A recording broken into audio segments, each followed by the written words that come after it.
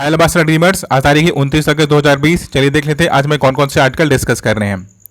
आज हमारे पास सबसे पहला वाला आर्टिकल है जो डिस्कस करने के लिए, वो रिगार्डिंग द जीएसटी है। देखिए जुलाई जुलाई 2017 में जीएसटी को क्या किया जाता है, लागू किया जाता है। और जब जीएसटी को लागू किया जा रहा था तो मोस्ट ऑफ द टैक्सेस जो स्टेट गवर्नमेंट लगाया करती थी, यानी कि वो खत्म हो जाता है, वो सब जीएसटी के अंतर्गत आ जाता है। तो इसकी वजह से जो स्टेट गवर्नमेंट थी, कह रहे वो इसका विरोध कर रही थी कि हम क्या करेंगे कि हम जीएसटी को लागू नहीं होने देंगे।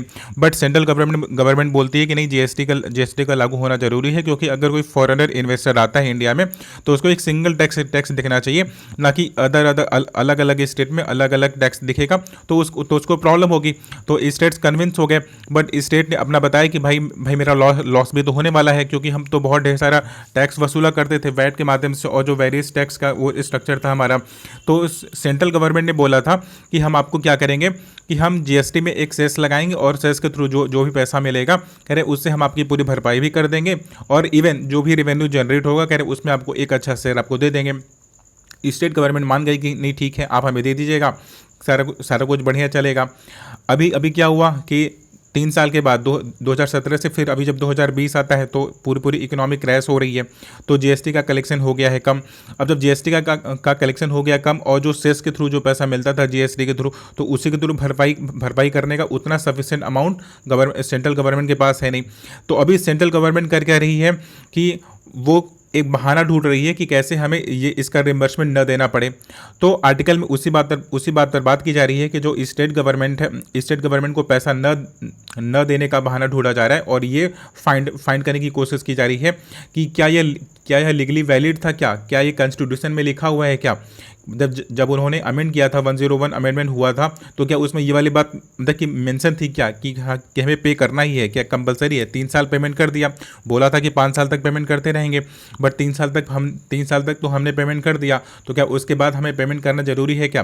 फिर राइटर इसी बात को क्रिटिसाइज करते हैं और कहते हैं कि देखिए कि स्टेट गवर्नमेंट के पास बहुत ही कम रास्ते होते हैं कि वो फंड को कैसे रेज कर सकते हैं। ठीक है, अब instead of raising the fund कि सेंट्रल गवर्नमेंट क्या कर रही है कि बहाना ढूंढ रही है कि उसे कंपनसेशन कैसे न पे करना पड़े।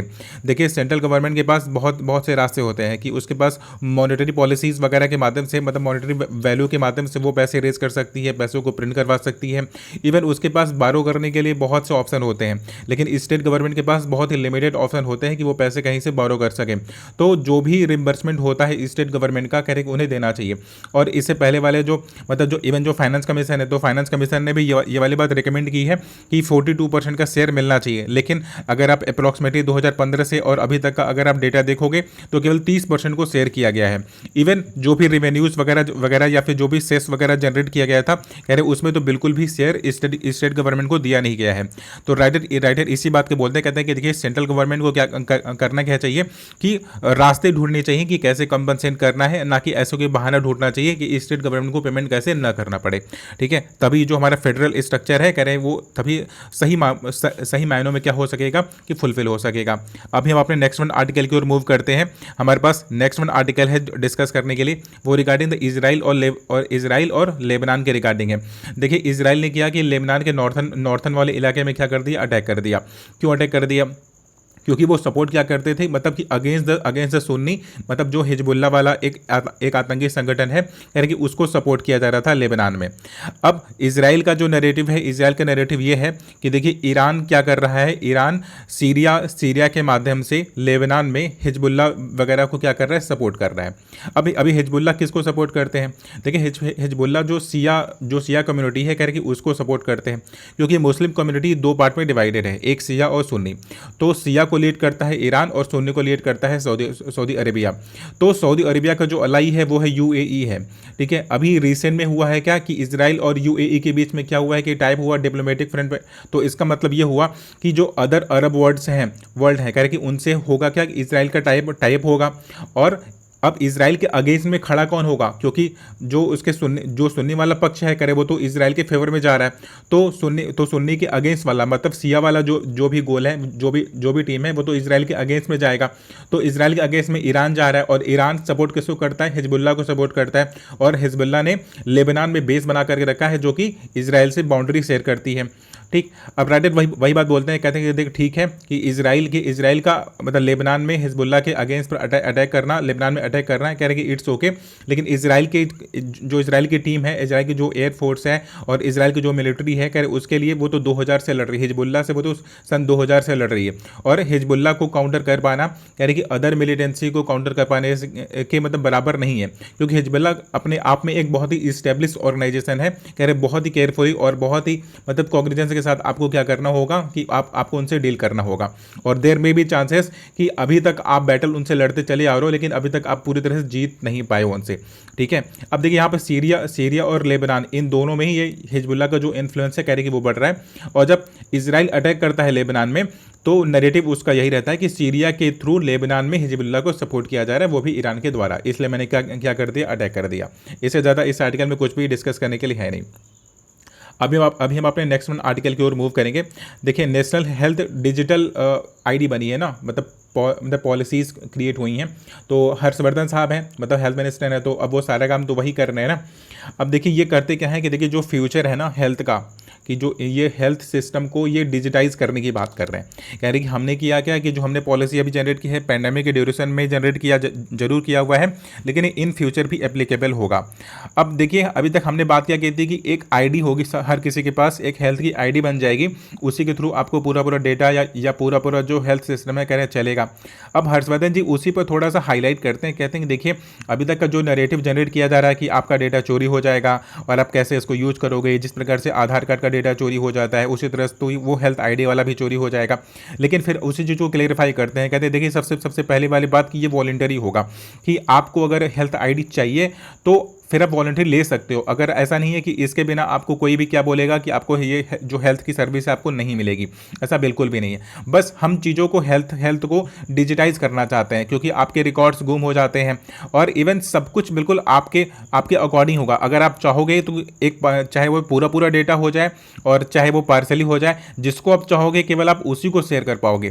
One and most important thing is that कि आप इवन टाइम लिमिट भी आप उसमें सेट कर सकते हो कि कितने घंटे के बाद आपका डेटा वहाँ से इरेज हो जाए, क्योंकि हम जब डिजिटल प्लेटफॉर्म बनाएंगे तो डेटा को शेयर करने का प्लेटफॉर्म भी वैसा ही बनाएंगे कि वो अपने आप इरेज हो जाएगा आपका डेटा। ऐसा नहीं कि एक बार अगर आपका डेटा किसी ने ले लिया तो हमेशा के लिए उसके पास हो जाएगा।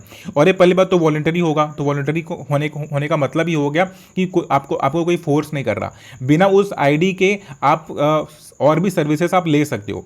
लेकिन बट आप सीमलेस करना चाहते हो, फेसलेस करना चाहते हो, चीज़ों को बहुत ही स्मूथली करना चाहते हो, तो आपको उस आईडी की आवश्यकता होगी और आप ले सकते हो। और आप इवन इंडिया को डिजिटाइज करने में आप उसकी मदद भी कर सकते हो। फिर देखिए राइटर कहते हैं कि देखिए आज भी अगर आप बड़े बड़े हॉस्पिटल्स में जाओगे तो आपका एक रजिस्ट्रेशन तो होता ही है, वो आपकी एक आईडी जनरेट करते हैं ताकि अगर आप दोबारा से विजिट करो तो आपका एक रिकॉर्ड वो मेंटेन करके रखते हैं। आप वहाँ पर अपनी केवाईसी तो देते ही हो। कह रहे कि अभी जो आप एक हॉस्पिटल में करते थे मैंने उसको कंट्री लेवल पर कर दिया है। अब आप क्या कर सकते हो कि अब कोई भी पर्सन होगा, अब वो चाहे वो हिल एरियाज़ में रहता हो, क्योंकि ये ऑफलाइन सिस्टम पर भी फंक्शन करेगा। मतलब ये इस प्रकार का सॉफ्टवेयर होगा कि मतलब बहुत ही ज़्यादा सर्वर की या बहुत ही ज़्यादा इंटरनेट की आवश्यकता होगी नहीं। अगर अब हिल एरिया है, ट्रैवल एरिया है, अगर वहाँ पर भी किसी के पास अपनी खुद की हेल्थ आईडी है तो किसी भी प्लेस पर जाकर के वो सीधा अपनी आईडी को देख करके अपना काम करवा सकता है। इसका मतलब ये हुआ कि पूरी तरह से आपका जो रिकॉर्ड होगा वो हेडेक फ्री हो जाएगा और डॉक्टर्स को आपको पूरी तरह से समझने में मदद मिल जाएगी। ठीक है, तो हर्षवर्धन जी इन्हीं अपनी जो हेल्थ आईडी रिसेंट में अपनी जो डिजिटल हेल्थ पॉलिसी थी उसमें एक नया इनिशिएटिव लिया गया था ना कि आपकी एक आईडी होगी, तो आईडी के रिगार्डिंग बहुत ढेर सारे सवाल थे, तो उसी का उत्तर दे रहे हैं यहाँ पे हर्षवर्धन साहब। ठीक है, इससे ज़्यादा इसमें और कुछ भी है डिस्कस करने के लिए है नहीं। वो इंडियन एक्सप्रेस का आर्टिकल था। अभी हमारे पास बिजनेस लाइन का एक आर्टिकल है, वो रिगार्डिंग द देखिए जो हो गया ना कि इलेक्ट्रिक व्हीकल्स वगैरह मतलब हम चलाने की बात कर रहे हैं और हम कोशिश कर रहे हैं कि 2025 या 2030 तक मतलब मोस्ट ऑफ द जो ट्रांसपोर्ट हो कह रहे हैं वो इलेक्ट्रिक व्हीकल के फॉर्म में आ जाए। तो जो हमारी जो ई पॉलिसी है, मतलब कि जो इलेक्ट्रिक व्हीकल्स वगैरह की ई बैटरी वगैरह की पॉलिसी है कह रहे हैं उसमें कुछ मेजर चेंजेस लिए गए हैं, जैसे कि जो ई व्हीकल का जो रजिस्ट्रेशन होगा। अभी तक क्या होता था कि आपको अगर आप ई व्हीकल परचेस करते हो, मतलब इलेक्ट्रॉनिक मतलब जो बैटरी से चलने वाली गाड़ी आप परचेस करते हो तो बैटरी उसमें इनबिल्ट होगी। ठीक, ये पॉलिसी अभी तक चली आ रही थी, लेकिन अभी क्या हो नया क्या आया है उसमें कि आपकी गाड़ी में जो भी आप व्हीकल परचेस कर रहे हो, चाहे आप जो 2 व्हीलर लो, चाहे 3 व्हीलर, चाहे 4 व्हीलर लो, अगर वो इलेक्ट्रिक व्हीकल है तो बैटरी उसमें इंस्टॉल रहे, कहने कोई ज़रूरी नहीं है, आप बिना बैटरी के भी आप रजिस्ट्रेशन करवा सकते हो। ठीक है, तो इससे तो एक पक्ष है बोलता है कि ये तो बहुत अच्छा काम हुआ, ये एक पक्ष कहता है ठीक है, आप बिना बैटरी के भी आप इस ई व्हीकल को मतलब रजिस्टर्ड होने दे रहे हो, तो इससे होगा क्या कि जो उसका ई व्हीकल का पेनिट्रेशन होगा, कहने वो बढ़ेगा, क्योंकि उसकी कॉस्ट हो जाएगी कम हो जाएगी, तो लोग जब खरीदने के लिए जाएंगे तो उन्हें पैसा कम लगेगा।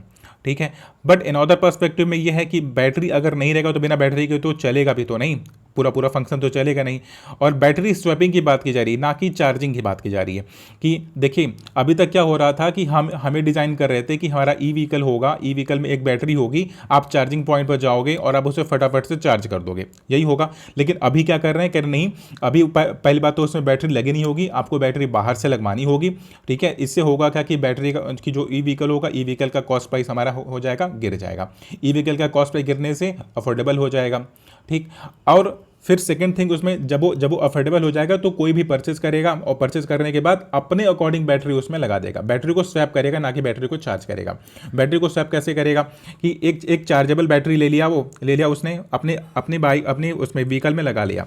अब बैटरी को यूज़ किया, और जब कभी भी चार्जिंग पॉइंट पर गया या फिर किसी भी ऐसे स्टोर पर गया जहाँ पर बैटरी की स्वैपिंग होती है, तो सिंपली जाएगा, बैटरी को बदल लेगा, मतलब चार्ज वाली बैटरी से और डिस्चार्ज वाली बैटरी को बदल लेगा।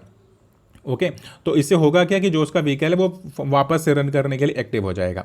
तो एक बात तो ये हो गया कि हम जो चार्जिंग पॉइंट वाली बात कर रहे थे कि हम डायरेक्ट व्हीकल को ही चार्ज करेंगे, वो वाला सिस्टम हमने खत्म कर दिया। अभी हम प्लान क्या कर रहे हैं कि अब आप केवल बैटरी को स्वैप करोगे। अब बिना बैटरी के भी परचेस करने वाले सिस्टम के अगेंस्ट में भी कुछ लोग हैं कह रहे हैं कि देखिए आप अगेंस्ट में कुछ ऐसी बातें हैं कि जो जीएसटी अगर आप अलग से बैटरी परचेस करते हो तो उस पर जीएसटी लगती है 18%। अगर आप बैटरी परचेस करोगे तो उस पर जीएसटी लगेगी 18%। लेकिन अगर आप ई व्हीकल परचेस करते हो तो उस पर जीएसटी लगता है 5%। इसका मतलब ये हुआ कि व्हीकल परचेस करने पर उस पर बैटरी अगर इंक्लूड भी होता तो उस पर जीएसटी केवल 5% लगता, तो किसी भी कस्टमर को वो 13% तो सस्ता पड़ गया है ना उस वाले अमाउंट के उस पर्सपेक्टिव में। लेकिन फिर देखिए अब फेवर वाले भी क्या बोल रहे हैं, कह रहे हैं कि देखिए कि बैटरी अलग से अगर लगने का एक और एडवांटेज ये है कि अगर हम लगाएंगे तो बैटरी का एक स्टैंडर्ड होगा। हम तो हैवी ड्यूटी वाली बैटरी लगा देंगे अपने ई व्हीकल में ताकि बहुत ज़्यादा दूरी तक चले, बहुत इफिशियंट हो। लेकिन ऐसा भी देखने को मिला है कि हो सकता है कि उसकी ज़रूरत ना हो, कि जो ई व्हीकल परचेज करने वाला हो उसको किलोमीटर 2 किलोमीटर जाना हो, 2-4 किलोमीटर जाना हो, हार्डली 10 किलोमीटर जाना हो, या फिर कभी कभी उस ई व्हीकल को यूज करना हो, तो उसके हिसाब से अपनी बैटरी को लगा लेगा, अपनी बैटरी को रख लेगा। अदरवाइज हम तो बहुत ही एक्सपेंसिव बैटरी लगा देंगे, उसमें बहुत ही इफिशियंट वाली बैटरी लगा देंगे, तो उसके लिए बहुत महंगा पड़ जाएगा। और इससे जो ई व्हीकल का पेनिट्रेशन होगा करेंगे वो भी कम हो जाएगा। करें ई व्हीकल के पेनिट्रेशन को बढ़ाने के लिए हमने ये वाला प्लान किया हुआ है।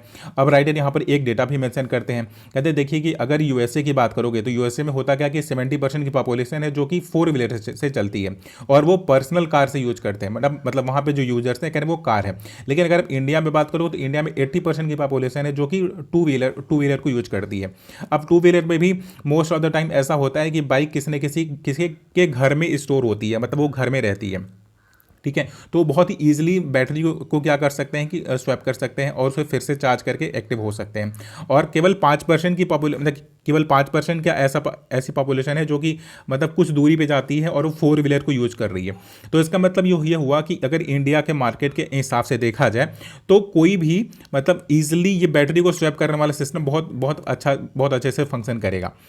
और जो रिमेनिंग वाले हैं कह रहे हैं कि जो कंपनीज वगैरह हैं कह रहे हैं वो अपने लिए चार्जिंग पॉइंट वगैरह वो खुद से इस्टेब्लिश कर लेंगे, क्योंकि वो बहुत ही एक्सपेंसिव होता है। और केवल चार्जिंग पॉइंट के इंफ्रास्ट्रक्चर को डेवलप करने के लेकर के जब वो पूरी तरह से डेवलप हो जाएगा तभी हम अपना ई व्हीकल बेचेंगे। कह रहे इससे होगा क्या कि जो कार्बन इमिटिंग के लिए जो हमने प्रॉमिस किया हुआ है कि 2030 तक हमको 35% कार्बन इमिशन को घटाना है, कह रहे कि उसमें तो व्यवधान पैदा होगा। इसीलिए हमने ई व्हीकल में बिना बैटरी के भी रजिस्ट्रेशन के लिए क्या कर दिया है, अनुमति दे दिया है। हमारा ये वाला आर्टिकल क्या हो गया, डिस्कस हो गया। तो आज के डेट पे हमारे पास जितने भी रेलेवेंट आर्टिकल थे मैंने वो सारे आर्टिकल डिस्कस कर लिए हैं। Thank you so much for watching the video.